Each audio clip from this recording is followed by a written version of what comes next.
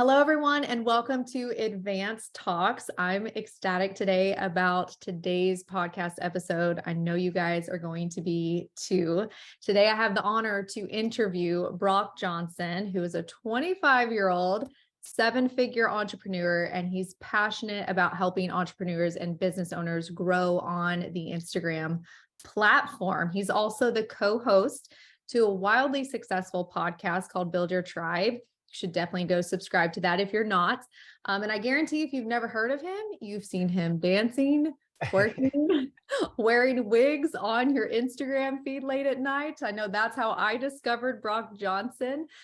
He's actually single-handedly the content creator who inspired me to start creating Reels, and how I grew in this past year 70,000 plus followers, all thanks to following Brock Johnson and his content that inspired me. So it's really full circle moment for me right now to have you on here, Brock Johnson. I have a lot to thank you for, but simply just want to start off by thank you for being on today's podcast episode. Oh, well, Kristen, that means so much to me. So thank you so much for having me. I didn't know I was such an inspiration for you. So that really does mean a lot. And I'm so excited to be here today and get to share some knowledge with your audience. Yeah, absolutely. So speaking of dancing, Mhm. I saw in your stories yesterday about a talent show that Mm, you had entered. I yeah. believe it was on a cruise ship. Mhm. And I would love for you to enlighten the audience of what happened with the results of that talent show. Yeah, well, I can tell you my version of the story, and then I can tell you what actually happened, what I found out about 20 years later. So I was maybe around 10 years old. My family and I went on the Disney cruise, and there was a talent competition one night. And to be totally honest, I don't even think it was a talent competition. I think it was like an American Idol type of singing competition. And I can't sing. I've never had any aspirations to sing, but I was like, oh, I could do a dance routine. Like, I'm sure that would be fine, right? So I went to the DJ in the back, and I'm sure I was the first kid in Disney Cruise history to request Lose Yourself by Eminem. So I requested that song, and I went up on stage and did a freestyle dance routine. And then I came off stage, and because I was 10 years old and it was probably about 8 p.m., I fell asleep. And so my parents took me back to our bedroom, our hotel room. And the next morning I woke up and I was like, did I win? Like, what happened? What was the results? And they said, oh yeah, you won. You fell asleep before they announced it, but you won. And I was like, oh, okay, well, where's my prize? And they're like, oh, and they panicked and quickly scrapped together a little white lie. And they're like, it's being shipped back to our house in California. And so my mom went on Amazon and she ordered a Mickey Mouse boombox and had it shipped back to our house in California. And for the next 15 to 20 years of my life, I was convinced that I was a great dancer, and I was inspired because of that early success on the Disney cruise. Fast forward, I was having a conversation with my family one night at dinner, and they were like, you know, that whole story was made up, right? And I was like, no, my entire life I've been propelled by this moment that, like, oh yeah, I am a great dancer, and I know it to be true because I won the Disney Cruise talent competition. But it turns out my whole life was a lie. That's hilarious. But look where it got you. You Look where believed it in your got me. dancing abilities. Now you're dancing on Reels. So kudos Mhm. to your parents. Kudos to the participation trophy. That's awesome. Absolutely. I love it. Absolutely. So to jump right in, today I was actually live and talking just about the importance of just remembering your roots and Mhm. where you came from, because a lot of people see where I am today or where you are today, and it's easy to say, well, that's great for them. That could never be me. And honestly, it's just a humbling experience just to kind of remember where things started. So my first question to you would just be, how did you get started as an entrepreneur, and what led you to helping people on the Instagram platform? Absolutely. So this is a great question, and it's so important, I think, to remember where we came from, and to remember that things can change very, very quickly, especially on social media. But for me, it started when I was about 19 years old, freshman in college, and I knew I wanted to provide for myself. I wanted to become financially independent from my parents. That was my goal. But because I was a student athlete, I wasn't able to work a traditional 9 to 5 job. I played college football, and so between books and ball, I didn't have time to just get a typical job, and I knew that I wouldn't be able to provide myself with the income I was looking for with just a few hours a week here and there. So Right. I knew I had to start my own business, and my mom helped me out really quite a bit early on with figuring out what could I do, what problem could I solve, what gaps are there in the market. Because really, as entrepreneurs, we're just paid problem solvers. That's all we do. If you boil it down, that's all we do. And so the problem that I saw at that time was that Snapchat was really, really popular. And it was popular because it was scary and people didn't know what was going on. And there was disappearing messages and there was people messaging people who had no idea who they were. So people were scared of what their kids and their teens were doing on Snapchat.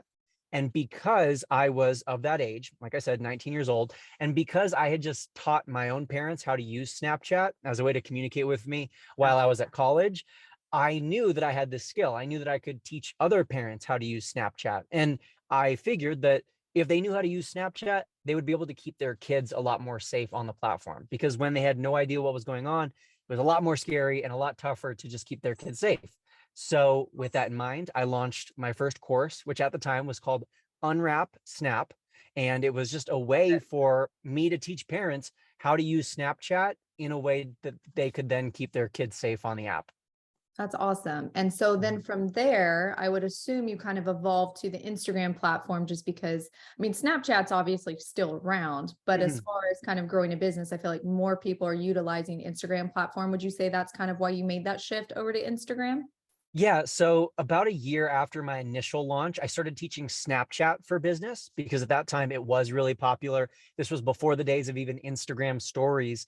And I had suddenly taught hundreds, if not thousands, of parents how to use Snapchat.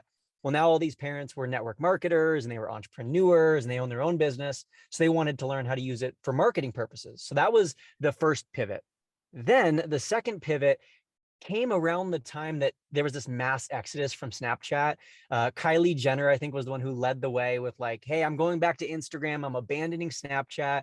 And a bunch of celebrities and influencers followed her. And with that, I saw a big shift in the market of people leaving Snapchat and going back to Instagram because of Instagram stories. And so I was in a really great position there where I had learned how to use Snapchat stories for marketing. So I just applied that to Instagram stories, and a lot of the same strategies and techniques applied. So I began my first niche on Instagram was specifically helping entrepreneurs use Instagram stories for their marketing and business growth. And then over there, over since then, it's grown and developed and pivoted again and again to now being more all encompassing on Instagram. Yeah. Yeah, absolutely. So I know you come from a long line of just entrepreneurial history. It's kind of in your blood, so to speak. But, Mhm. just because you got to watch that unfold and learn from it still doesn't equate to being some overnight success or sensation because of that. Mhm. So, how long would you say it took before seeing substantial growth on your Instagram page? A long time, a long time. It took probably about a decade before I started seeing substantial growth. Wow. My mom has had, since day one of me being on Instagram, she's had about 500,000 followers on Instagram. And so there has been that kind of, hey, your mom has a lot of followers, so you could get a lot of followers, right? That's always been there since day one, but it's always been really slow growth. For the first 6 or 7 years, I didn't use Instagram with the purpose that I do now. I use Instagram just casually, right? I shared pictures Right. of me playing football. I shared pictures of me at homecoming, just normal teenager stuff. And so most of my followers were my classmates and friends and some family. Then in 2019, when I started that Snapchat business, I was like, okay, I'm going to get a little bit more businessy on Instagram, but Right. it was still super slow growth, very, very slow, painstakingly slow. No clear niche, no clear definition of like what I was going to be posting about. It was just general entrepreneurship. Then in 2019 and 2020, the snowball started picking up a little bit more steam, rolling downhill a little bit faster to the point where I was at maybe 30 or 40,000 followers. Then fast forward to April 1st, 2021, I was just below 70,000 on that date. And I challenged myself. This was just a personal challenge. It wasn't like a marketing idea. It was just a personal challenge to post one reel per day for 30 days. And I did that. And at the end of the 30 days, I had grown by 30,000 followers and I was now over 100,000. And so very similar to that, the Disney cruise story where the early success gave me confidence and motivation to keep going.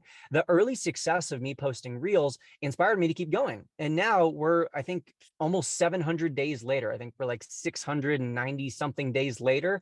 And I'm still posting at least one reel a day. I'm still sticking with that consistency. And my audience is still growing at a really, really rapid rate of about 1,000 followers per day to now from 70,000 now up to 600 something thousand followers on Instagram. Wow. That's unbelievable. And yeah, like I said, it's so important for people to see like the sweat, the time, the tears, Mhm. like everything Yeah. that it took to get to that point. And I also think it's important to note too, because I remember doing my first 30-day challenge. And Mhm. actually, it was in January of 2022. So about a Mhm. year ago.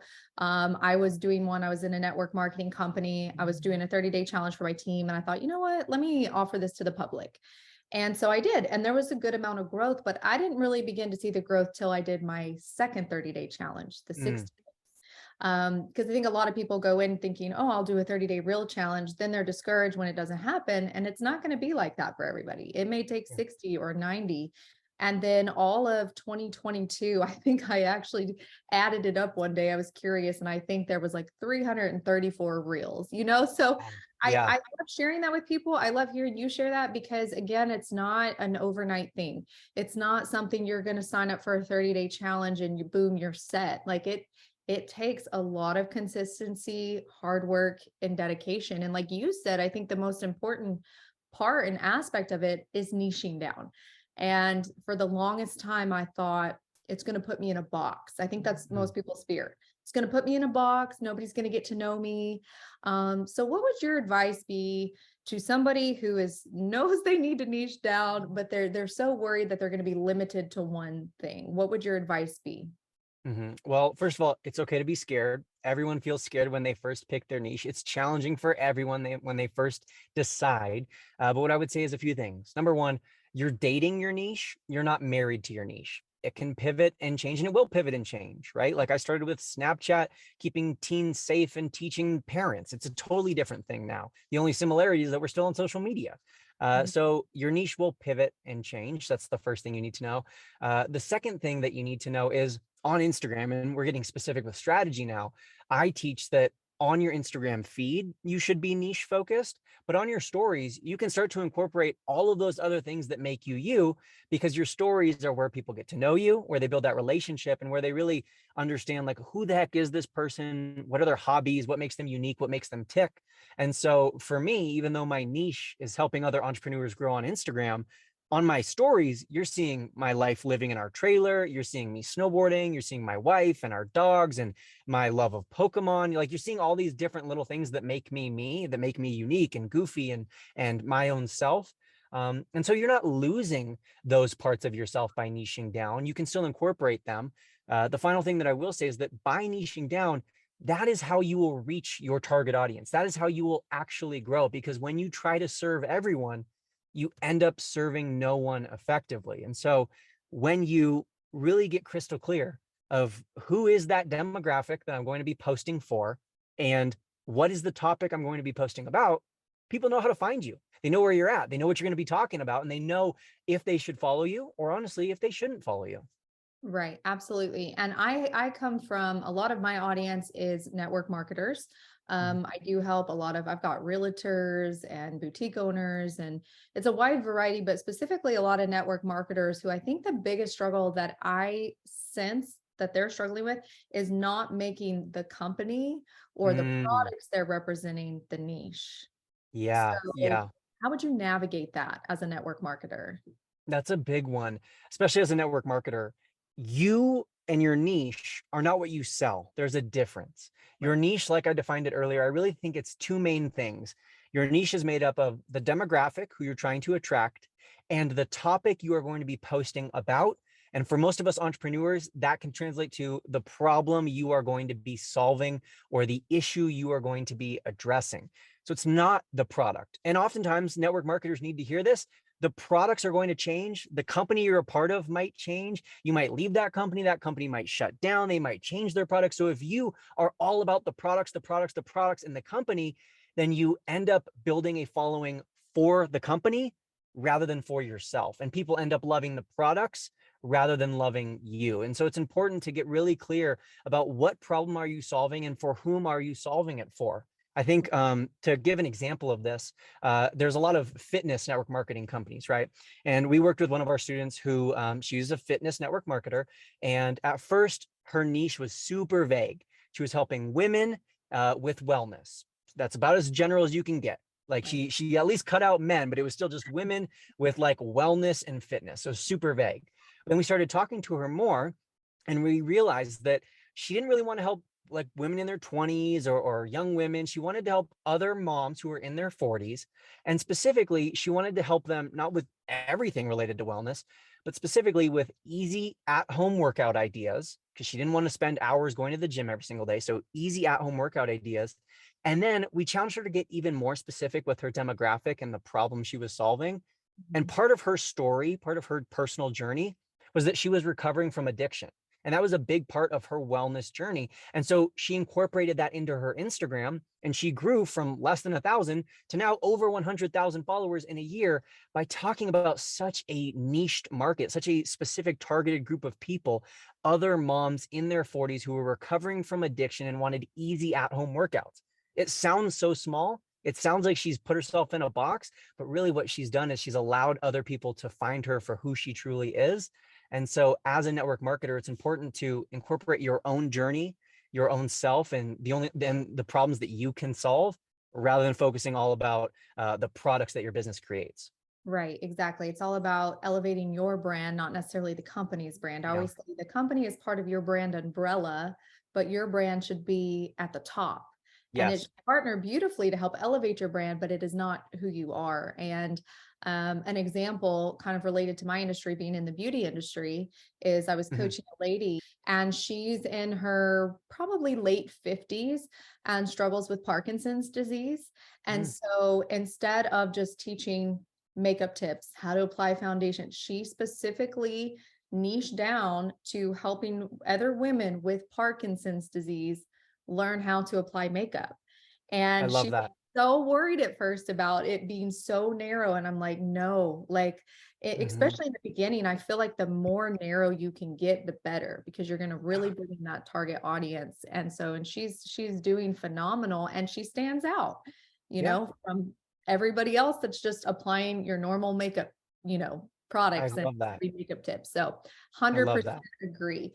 Now, would you say, this is a question I do get often, I'm sure you get on the daily, but people who have finally discovered their niche or they've narrowed it down, let's say their account has been dead for a while, they're not getting that engagement. Would you advise to somebody to start fresh, or would you advise somebody to utilize that platform but just brace themselves that they may lose some followers in the beginning? Which direction would you advise?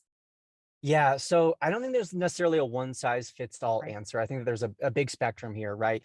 If you're someone who's built 100,000 followers who all follow you for cake baking recipes, and then now you're going to go into rock climbing tips, it's a completely different niche, and you have a large following. So there's not going to be a lot of crossover there, and a lot of people are going to unfollow you, and they're not going to want the new content. So that's like one extreme end of the spectrum.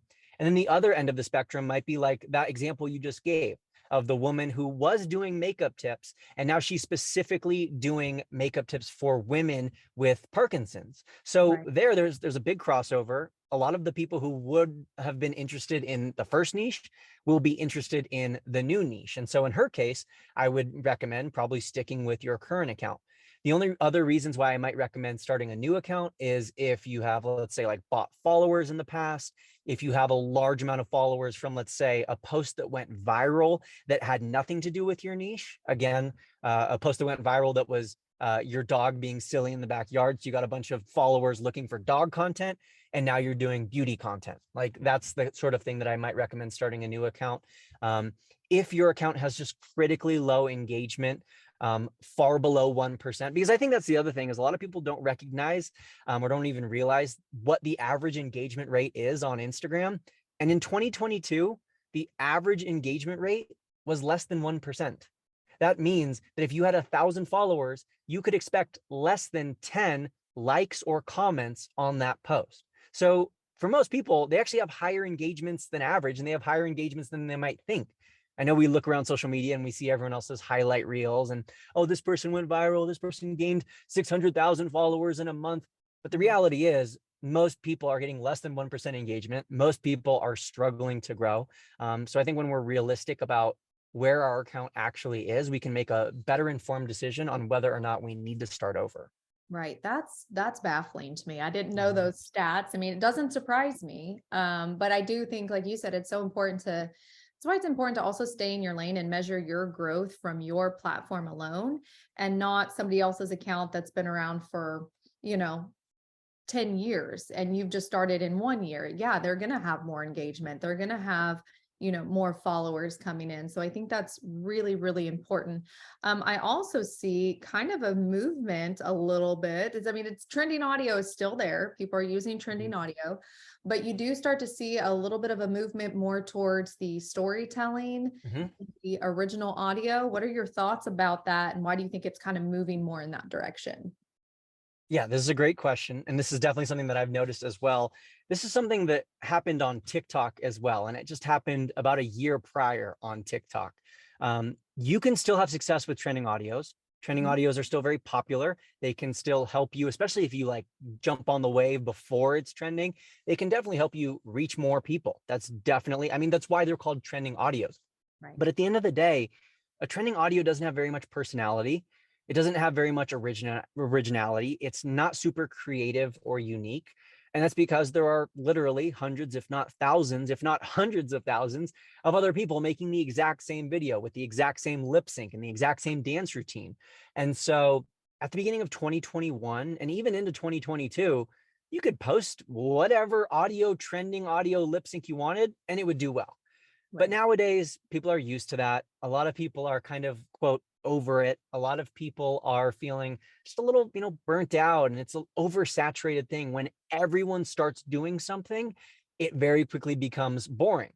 And so what's unique and what stands out and what's original is original content. It's storytelling. It's giving an educational tip. It's entertaining your audience, not relying on a lip sync or a trending audio.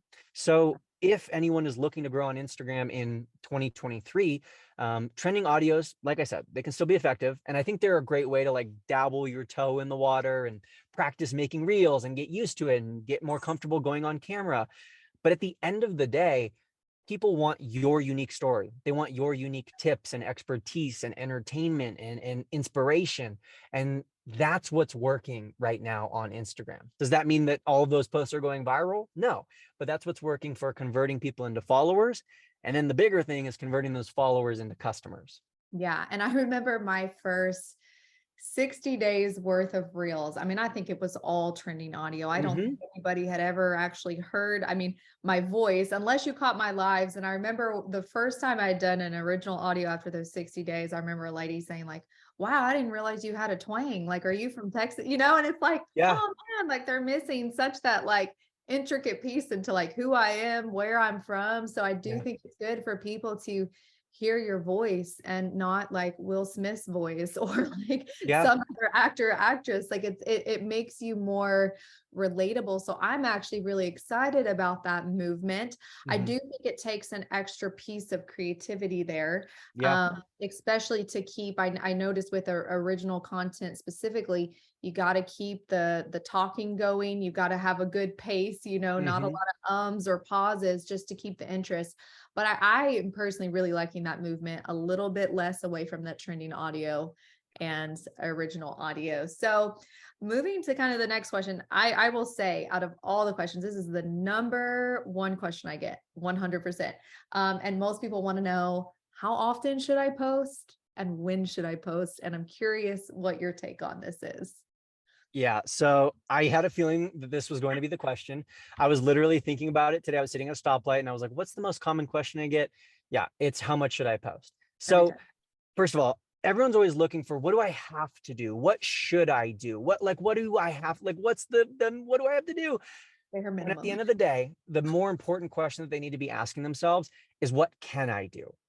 What can I sustain? Because mathematically, statistically, the truth of the matter is the more you post, the more you grow. There was a study done of hundreds of thousands of Instagram accounts, and it found there's a direct correlation between post rate and growth rate, which means the more you are posting every single day, every single week, the more you will be growing on Instagram. But of course, there's frustration and overwhelm and burnout. So the more important question is, what can you sustain? If you can only sustain 3 a week, that's fine. Do that and then challenge yourself to do a little bit more. If you can do 1 a day, that's awesome. Do that, but then challenge yourself to do a little bit more. And I'm I think it's important to stress that you should challenge yourself to do a little bit more, because that's where the growth comes from. That's where, not just on Instagram, but in life, when you push yourself outside of what you're comfortable doing, when you do a little bit more than what you can just sit back and idly coast by doing, that's where growth happens. That's where progress comes from in life. It comes from challenging yourself and stepping outside of your comfort zone. And the same is true on Instagram. I know we confuse ourselves with talk of the algorithm and what is Instagram favoring right now and how do I increase reach and engagement. But at the end of the day, bottom line, the more you post, the more you grow. So if you can challenge yourself to do a little bit more than what you're usually comfortable with, that's where you will start to see results. And not, I will say this, I know you mentioned this earlier. I want to echo what you've already said, Kristen. Not 30 days, not 60 days, but really honestly, at least 90 days, if not more, if not 6 months or a year or 2 years. And it's funny because on Instagram, 2 years sounds like such a long time. But if I were to tell you, hey, I can hand you a basketball right now, and if you just dribble every day and practice every day, in 2 years, you're going to be Michael Jordan. Everyone would be like, sign me up. I'm doing that. Outside of social media, we recognize that growth and excellence and success takes time. But for whatever reason on Instagram, we think it needs to be overnight. Oh yeah. And I see that every day, especially in a network marketing community, of that overnight success. There's been so many claims in the past and the gimmicks of, make money quickly from your phone, and people want to join and they want to get on social media and they want that overnight success, but it's a marathon, it's not a sprint. And I always say discipline is deciding to do it until, you don't know how long it's going to take. It may take, you may niche down and in 2 months your following has grown rapidly, but it may Yep. take you 2 years, it may take you 10 years. So, but if you have a goal and you're passionate about it, you do it until. That's always just kind of been my motto. So with what you said, I pretty much know probably your answer you're going to say, but it's the huge debate of quantity over quality. Where do you fall on that? Yeah.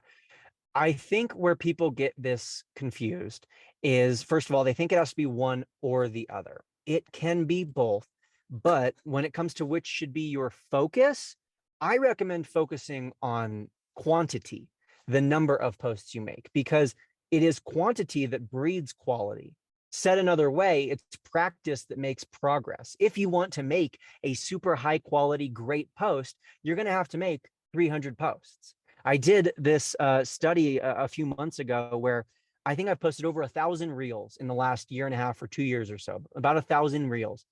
53 of them have done what I would consider viral for me, whether that's, over 1 million or whatever. Everyone has our own definition of what viral for me means. But for me, 53 of the 1,000 went viral for me or did significantly better than average. That means that 950 of them didn't do that well. They did below average or average at best. And the point I'm trying to make here is that a lot of people step into the batter's box. And I know I'm using another sports analogy here, but they step into the batter's box, right? They step up to the plate and they're like, it's home run or bust. I'm hitting a home run or else it's a failure. When the reality is your goal shouldn't even necessarily be to hit a base hit and get on first base. Your goal should just be to keep swinging. You're going to keep swinging and keep swinging and keep swinging and keep swinging, because that's continuing to show up for your audience. That's continuing to provide value. That's continuing to allow people to build community and build relationship with you. And then eventually you're going to connect with one of those baseballs and you're going to hit a home run.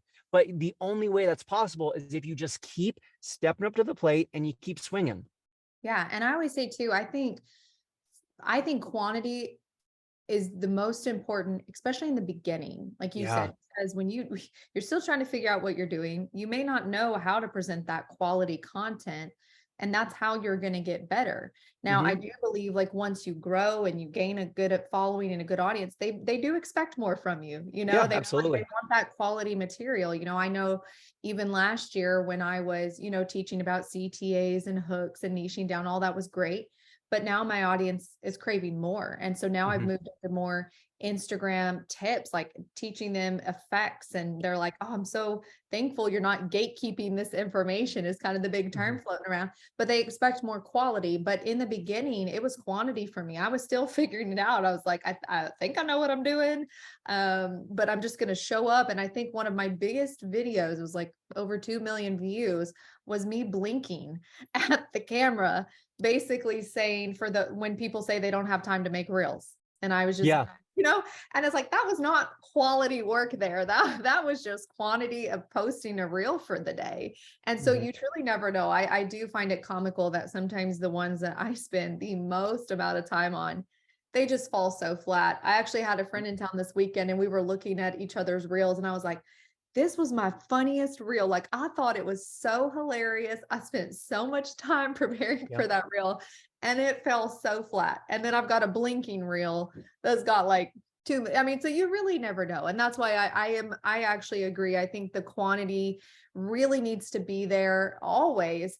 And then as you evolve, really start to work on that quality material for your audience. So 100% agree. I batch reels. Do you batch reels? Do you just film a reel as you get inspired? How do you go about filming your reels? Yeah, so I batch them and then I break that batch into an even smaller chunk. So I'll set aside time where I'm just going to record a bunch of content and I'm not going to worry about editing it. I'm not going to worry about what the caption's going to say. I'm not even going to necessarily worry about how I'm relating to this to my niche. I'm just going to record a bunch of content, film a bunch of trending audios, do a bunch of lip syncs, and then I'll figure it out later because I think we all have different mindsets that we can be in, right? Different spaces that our brain can occupy. And there's a very different mindset of, hey, I'm going to whip out my camera. I'm going to speak directly into my phone and record myself versus, hey, I'm in my PJs. It's, 7 a.m. I just woke up and I don't want to go on camera right now. But when you're in that mindset, maybe you feel creative and you can edit, or maybe during that mindset you are in a stage where you can find ideas and records, or pick out different sounds you're going to use. So I think taking advantage of those different mindsets is key. Yeah. I know for me, it's every Sunday. My day of rest is usually my Saturdays with my family. My Sundays we go to church. My husband takes care of the kids. If you don't know, I have a 1-year-old, a 2-year-old, and a 7-year-old. So our house is beautiful chaos. And Yeah. so Sundays from 1 to 4, that's when I really focus on content batching. And for me, it's not just reels. I'll focus on Mhm. reels and post and map out what my lives are going to look like for that week. But I'm like you, I get all the filming done and then I'm exhausted after that. So I just Yeah. wait for another day where I can work more behind the scenes in my PJs and work on the Yeah. captions and the content. So 100% agree. So last question before we move into just a few technical pieces. Um, what would you say as far as different platforms? Obviously, your main platform is Instagram, but I know you're on TikTok. I know you've got Mhm. all sorts of platforms. So how do you feel about people mastering a specific platform or one or two versus trying to be on as many platforms as possible? Because I see both sides. I see, well, if you're going to create content, you might as well repurpose it. But at the same Mhm. time, it's also, I see the validity in mastering one because you still have to connect with all those people. You still have to message those people. So what are your thoughts on that? Yeah, I definitely see both sides. And I think it's, again, a question of like, what can you sustain? What can you handle? Do you have a 1-year-old, a 2-year-old, and a 7-year-old, or do you have no kids like myself? Right. So, different seasons for different people.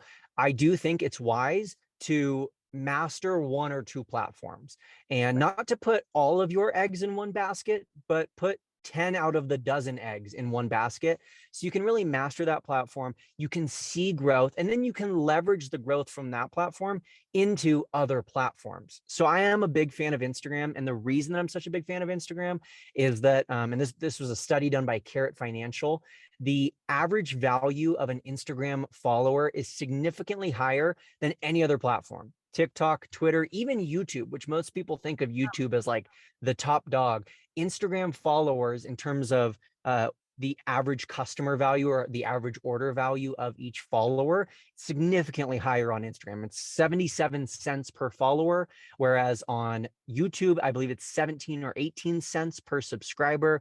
And on TikTok, it's, I think, as low as 6 or 7 cents per follower on TikTok. And so that's why I'm a big fan of Instagram, but I'm also a big fan of YouTube. And I think YouTube is an awesome platform, and YouTube Shorts and the monetization options on YouTube, the search engine optimization of YouTube, awesome. I think the virality of TikTok and the popularity of that specifically with younger generations, not to say that there aren't older generations on TikTok, there absolutely are, but I would say it's a very Gen Z centric platform. Even platforms like Twitter and LinkedIn and things like that, you can still have success on those. So I do, though, think it's wise to go all in on one, master one, and then once you have that one, kind of consistent and you can maintain it, it's kind of on autopilot almost, then you can start to dabble into the other platforms. You can start to repurpose content, or even make one of the other platforms kind of your 1A and 1B situation. Right. Yeah. My husband, he's very much loves to be a part of my business. And he said something the other day about, have you ever thought about being on LinkedIn or this? And I was like, listen, I've thought about it all, Mhm. but unless you're going to retire and come work for me, like, we're Yeah. going to have to stick with these platforms. And I think that makes a difference too. Like, do you have the, virtual assistants? Do you have those Mhm. people helping you? Or are you managing by yourself right now? Because Yeah. again, it's not just about repurposing content and just posting. I mean, you've got to connect, you've got Yep. to engage, you've then got to take it over to a messenger or inbox to really like convert that sale or that Mhm. customer to the sale. So it's more than just, I'm just going to, slap a post up. I mean, I do a lot of coaching calls where I'll ask people, what platforms are you using? Oh, Facebook and Instagram, mainly Facebook, but I just put what I do over on Facebook on Instagram and just kind of let it do its thing. Well, Mhm. that's something, but is that really converting to anything tangible? Like, is that really getting you customers just by posting that content, and letting it sit? So Mhm. I 100% agree. And I think once you master it, then you can kind of open up the doors to seeing, okay, what platform can I move towards next? So I love that. So we know Instagram is forever changing. Mhm. Just the features and keeping up with all of that. So we're just going to dive into just a few, just to talk about. But I know Instagram subscriptions have been rolling out, a lot more people getting access to doing Instagram subscriptions. Do you see this as a feature that's going to stick around? Do you see the benefits in utilizing the Instagram subscription service? Yeah, I do. I see the benefits, and I think it's going to stick around. I think one of the drawbacks is just overall general population people knowing what Instagram subscriptions are, finding out that it's a feature. A lot of people, I would even venture that the average Instagram user doesn't quite know what Instagram subscriptions even are yet. So there's a barrier there to get someone to subscribe. You first have to even get them to figure out what the heck even is an Instagram Right. subscription, right?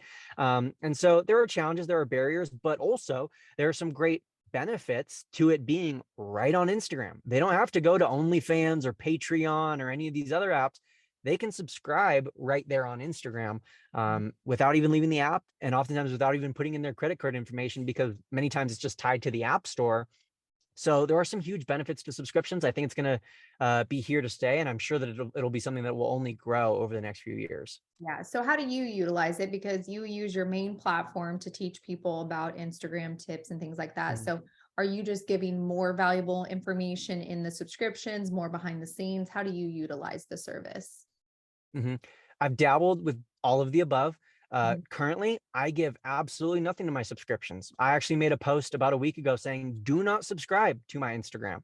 I have subscriptions enabled so that as a creator and as a teacher of Instagram, I know about the subscriptions features and I have practice using them myself. But I tend to, and I shouldn't even say I tend to, my main focus, my main goal is converting my followers into customers of my Instagram membership, my Instagram course where I do Right. coaching. And so I would be doing them a disservice in my mind if I offered more tips or extra tips or secret tips to my subscribers who are paying $4.99 a month. So it's a much lower price. It wouldn't be fair to them. And so for a while, I was offering like just kind of behind the scenes lives, sneak peeks of content, bloopers, and outtakes. So it's kind of like a more in-depth personal relationship with me. That's what my subscriptions were for a while. But then Mhm. I started talking to my subscribers, started polling them, and about 80% of them said that they liked that stuff, but the real reason they subscribed was just because they wanted to give back. They wanted to just support me and say thank you for the content that I do put out. And so with that in mind, I stopped stressing myself out over trying to make extra blooper content and record extra behind the scenes content for them. It just became too much for me. So I appreciate the people who do still subscribe to my Instagram, but at the end of the day, they're not really getting anything in return for that. Right. And I think there's a lot of features now that are different ways to monetize. You've got different, stars people can send and Mhm. subscription. But something I wanted to cover too and talk with you about just to get your input is also like the power of offering free, valuable Yeah. information and offering a freebie, whether that's to connect with people, whether that's to act as a lead nurturer, whether that's to act as a funnel for your Mhm. email service provider. So, what are your thoughts on offering freebies, the importance of them, and how do you utilize them? Yeah. So freebies, freemiums, huge. Great way to build your email list. A great way, just if you're thinking about content, right, is free. The education and the tips and the information you're sharing on Instagram, that is kind of in a way a free lead magnet. Lead magnet. That's a free way to get some eyeballs and some attention and some traffic back to your own page. So I definitely believe in free. I definitely believe in over delivering and giving away for free what other people would charge for, and then charging way less than what other people are charging for way more. So I definitely am always a fan of those things. I'm also a big fan of baby offers or small offers, introductory offers, low ticket offers. These are all synonyms, where basically when you have someone pay even as low as $5 or $7 for a download or for a webinar or for a video, um, it affirms to them that this is something of valuable, right? How many times have we put in our email for something free and then we never have even clicked on it in our inbox because it was free? So we don't really care. Like, I'll get to that eventually, but it's free, so it doesn't really matter. But as soon as you pull out your credit card and you pay even just $5 for something, $7 for something, you're way more likely to click on it. You're way more likely to open it, and you're now literally invested as a customer. And so, as a business owner, I'm always a big fan of offering those baby offers and those small, low ticket offers. And also, it's a great way to offset ad budget. Not to get too into the weeds here, but those low ticket offers can be really powerful as well. Yeah, that's awesome. So this is less of an Instagram feature, more of a Mhm. third party tool, but what are your thoughts on the artificial intelligence, the AI, as a way of revolutionizing content creation? Because I am seeing a lot of mixed thoughts on this. In one way, it helps with efficiency to enhance, the productivity of content creation. Mhm. But I also see the debate online of, well, could this potentially lose the personal touch, and the Mhm. creativity side? So I'd love to hear your thoughts on AI. Yeah, I think I stand right in the middle as well. Like, I'm flipping scared out of my mind by it, but I'm Yeah. also so flipping excited by it. I am very overwhelmed on one hand, and on the other hand, I'm using AI every single day. And so I definitely see the pros and cons, the risk and the reward of it. Yeah. It's scary, especially with just the pace at which technology accelerates. If we think about where we're at right now with AI, where we're going to be in even a year or 5 years is going to be insane. Like the lifestyle of someone growing up or using social media 5 to 10 years from now is going to be vastly different than what we're talking about right now. So it's scary, but it's also beautiful. It's powerful, but it's also terrifying. I'm somewhere in the middle. I'm the same way. I was curious your thoughts because I'm the same way. I tend to have kind of an old school mindset. I'm still the person. I've literally got a handwritten planner. Like my husband's still like, I cannot believe you're not using your phone as your planner. I'm like, I don't know. There's something about putting it on paper. So Mhm. to move to this whole artificial intelligence when it comes to content creating, I love it. And I've even dabbled in it. I'm like, wow, this is coming up with some good stuff. Yeah. And I think it's going to be great for those who are in the beginning stages that are stuck. They don't have that creativity in place yet, or those original content ideas. I think it's beautiful for that. And I really think, just like anything, it can be beautifully balanced. I think you can utilize it in your business when you're in one of those brain fog moments, but Mhm. then also like have your own creativity and spin on Totally. it. So I think just like anything, it can be really good or really bad, but I also think if you find a balance, it can be a really beautiful tool to use. So yeah, I'm kind of keeping my eye on it, learning some more about it Yeah, like you. So agreed. last question. This has been great, by the way, Brock. I've really enjoyed this, but there's always we're moving fast in Instagram, just like we talked about. There's always new features, there's AI. There is a handful of people, much larger than a handful of people, who feel like they are too late to the game or they've Mm. missed the bandwagon when it comes, and specifically, let's just chat reels, specifically when it comes to reels. What would you say to somebody who feels like it's too late to grow on Instagram? Yeah, I would say it's definitely too late. The ship sailed. You might as well just Yeah. try again next decade. Maybe there will be a new platform. I don't know. Maybe your kids, the next generation, they'll figure it out. No, of course it's not too late. The Right. best time to start on Instagram was 2011 when Instagram launched. But the second best time is right this very second. If you haven't started, it's absolutely not too late.